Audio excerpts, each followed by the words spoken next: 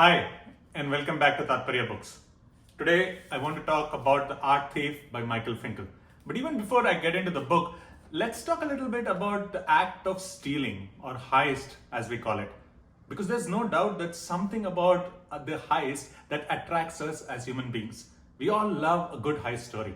Think about Ocean's 11 or Catch Me If You Can. Maybe it's something about beating the security system or stealing from the wealthy that brings out a rebellious part of us. And even within this, we love the true heist story because we want to find out how this person can continue stealing and beat the system. How long will he be able to do it before the system actually catches up? And then what happens to this person? So it was against these thoughts that when I came across an article in the New Yorker talking about a book by Michael Finkel, which described the life of this implausible, improbable art thief, I really was hooked. I wanted to know more about it. And when I got the book, I read the blurb and I immediately wanted to dip into it. Listen to this. The blurb says, "This is the true story of the world's most prolific art thief who accumulated a collection worth almost £1 billion. How could I not be hooked? Over the next 1 week, I dipped into this book whenever I got the chance and just kind of gulped it all down. So what do I think about it? Let's talk. But first, let's get the premise of the book out of the way. This book is a true story of a guy called Stefan Brettweiser, who in the mid-1990s went on a robbing spree along with his girlfriend. He stole everything from valuable paintings to sculptures to urns and was never really caught. Why? Because he did the one thing that you don't expect an art thief to do. He never sold any of the stuff that he was stealing. Instead, he took all of this and put it up in his house, which happened to be the attic of his mother's house, where he lived with his girlfriend rent-free.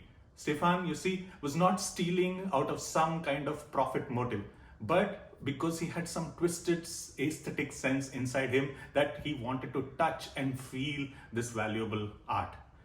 But of course, his robbing spree didn't go on forever. He was caught. Otherwise, we wouldn't have this book, which takes us through his life from his first theft all the way till the end when his life falls apart. With such a thrilling story to tell, it was really Michael Finkel's game to lose. There is something inherently thrilling about the heist. Will the security guard look at the wrong time? And will the theft be caught? Even when we know how this is going to unfold, we cannot but get captured by the moment.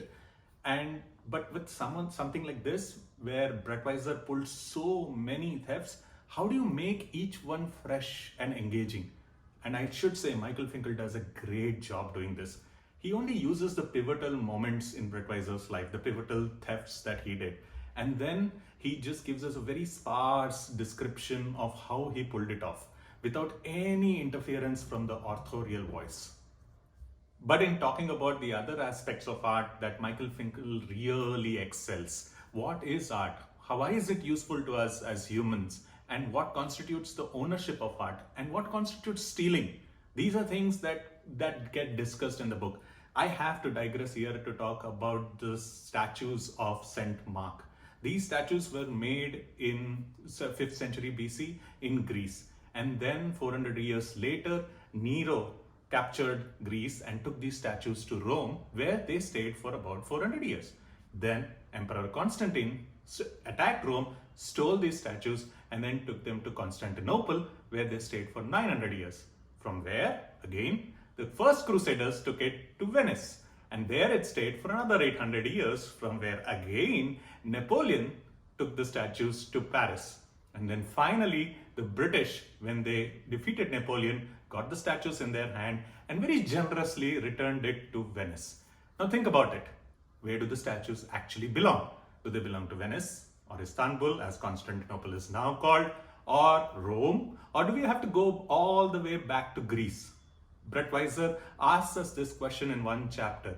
Now, if this is not stealing, then what he does, can that actually be called stealing? So I found these eternal questions of what constitutes art and who owns art to be interesting. But so is this life of this lonely art thief Brettweiser and his girlfriend also very interesting. Michael Finkel is almost sympathetic to his character, and he gives us so much insight into his psyche that by the time you come towards the end of it, you kind of understand why things are happening to him the way they are happening. His entire life falls apart because of his need to steal, and it puts everyone around him in a moral quandary that they didn't need to be in. And yet, even towards the end, Brettweiser seems to be irredeemable. This is not an easy story to tell, and Michael Finkel does such a great job in telling us this story that he just keeps you turning pages. It just gets better and better even after Brettweiser is caught.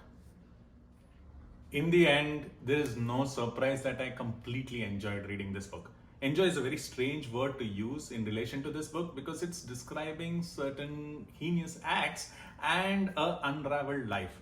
But the joy is not in the acts that it describes, but in how well the story is told, how good the writing is, and how much research went into telling an extraordinary tale. I have no doubt in my head that this is the best book I've read so far in the year, and I urge you to pick it up so that you can have the same experience. Thank you for watching Tatparya Books, and if you like this video, please hit the like button and do subscribe for more such videos, and hit the bell icon if you want to be notified of future videos, and drop us a comment if you want us to review another book. Till next time, bye bye.